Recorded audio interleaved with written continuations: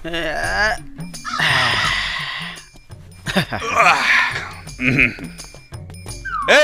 देखा अंदर सन पकड़ के ले आवा सन। हमारा घर में मुस नहीं खे। ये सर ये तो हमनी का मुस मरवा समझती है। ए बुढ़िया तोरा की वर्दी नहीं खेलो का? भैया दिनवा में ना तनी तनी रतौनी नियर लागेला। अरे बेटा तो तेज तो महतारी भी। अरे ए गोचू जा पकड़ के ले आवा सन। सर आप तो एलआईसी करौले बानी ना? हाँ तो खुद ही जाके पकड़ी ना। अर्जुन कहाँ बा? घरे में नहीं खे। कहाँ गइल बा? भैया होई कोनो गड़ई ना तो पैना मुझे उसा के ठोकर टटावत। ए रानी लक्ष्मी बाई डरा मत हमरा के। तोहार बेटा के जब मन चाहता जेल के अपन ससुराल समझ जा जात बा और हमरा के अपन साली। आई मुबारक हो सर, आप तो बिना ऑपरेशन के स्त्रीलिंग हो गई। डबल पुलिंग है। हे बुढ़िया जब भी तोर बेटा घर पे आवे ओकरा हमरे थाना भेज दिए, नहीं तो तोरा के टांग के ले जाई, समझ ली?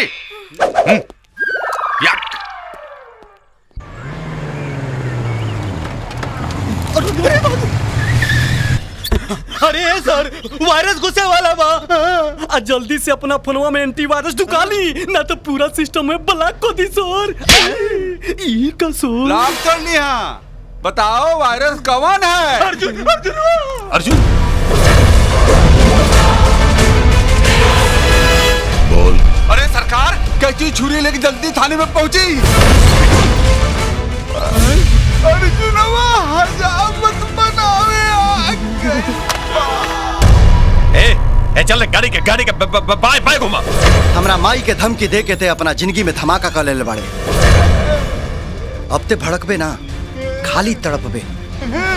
अब देख हम तोरा के कैसे लटकावत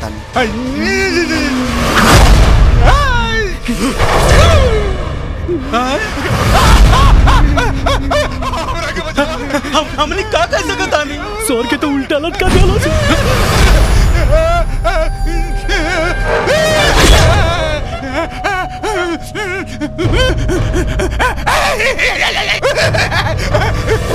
हमरा के बचावा रे, हमरा के बचावा।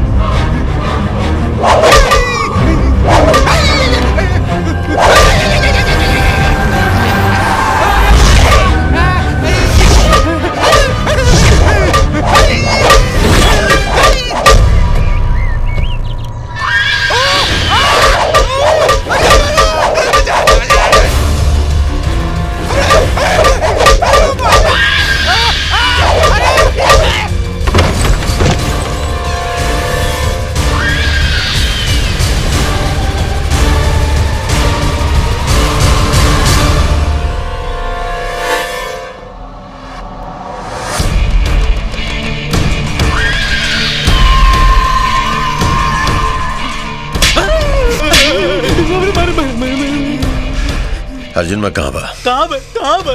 तेजुआ कहाँ बा रे? लटकल बा महाराज। अरे नीचवा ना मालिक, ऊपरा ना वो कब्जा में डबकल बा।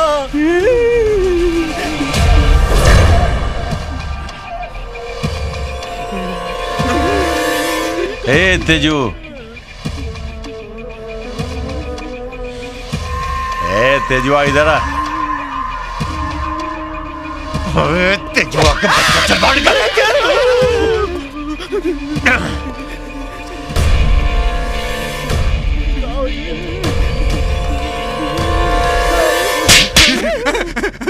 मार देली, बुआ देली, हमरा के उल्टा लटका दे। मारे को मारे। ये मालिक एक तो फ्यूज उड़ गइल बाटे हो। अभी जनरेटर के ना करी आशा। आई अब मोबिल फेंकिए पर हो मासा। अरे बाप रे।